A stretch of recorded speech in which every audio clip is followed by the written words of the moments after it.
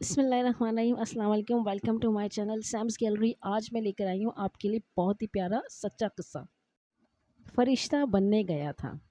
میں پاک آرمی میں جاب کرتا ہوں۔ یہ سردیوں کے دن تھے اور میں مصروفیت کے باعث 2 ماہ 15 دن کے لمبے عرصے بعد گھر چھٹی گیا۔ یونٹ میں ایڈم ٹیکنیکل کی وجہ سے اس دفعہ ویکینڈ نہ مل سکا۔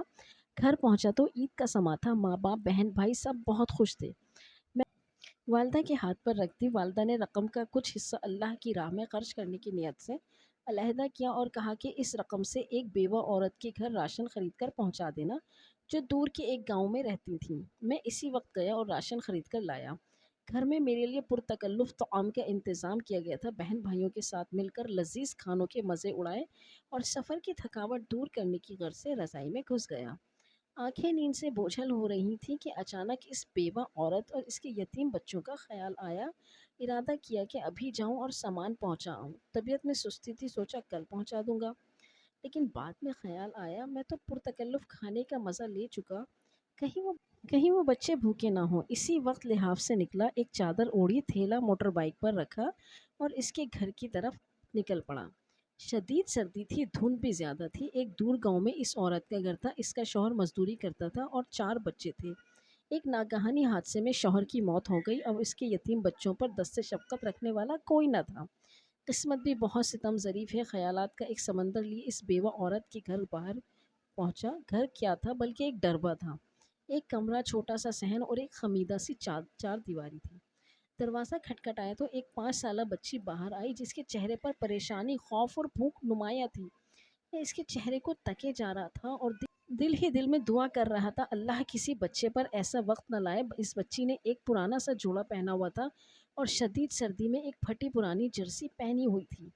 پاؤں برہنہ تھے، وہ بھی اس سردی میں کہ پیروں کو جما کر رکھ دے۔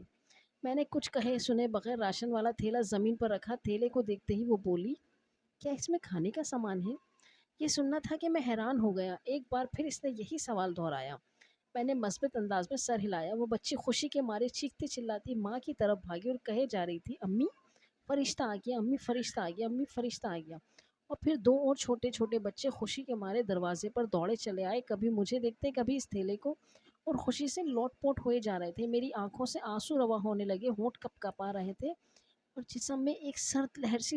یا اللہ، یہ کیا ماجرا ہے؟ کیوں یہ بچے مجھ گنہگار کو فرشتہ سمجھ بیٹھے ہیں؟ انہیں سوچوں میں غلطاں تھا کہ ایک خاتون جو ان کی ماں تھی دروازے پر آئی اور دروازے کی اوٹ میں کھڑی ہو کر وہاں سے آواز میں کہنے لگی، میرے بچے 2 دن سے بھوکے تھے، غیرت گوارا نہیں کرتی کہ کسی کے آگے ہاتھ پھیلاؤں۔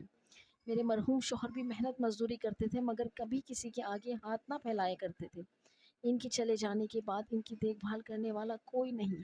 رشتہ داروں نے ہاتھ کھینچ لیے ہیں اور محلے والے بھی مدد نہیں کرتے، مگر کبھی کبھی آپ جیسے نیک دل لوگ مدد کر دیتے ہیں۔ میں 2 دن سے بچوں کو یہ کہہ کر بہلا رہی تھی کہ ایک فرشتہ آئے گا اور ہمارے لیے کھانا لے آئے گا، اسی لیے آپ کو فرشتہ سمجھ بیٹھے۔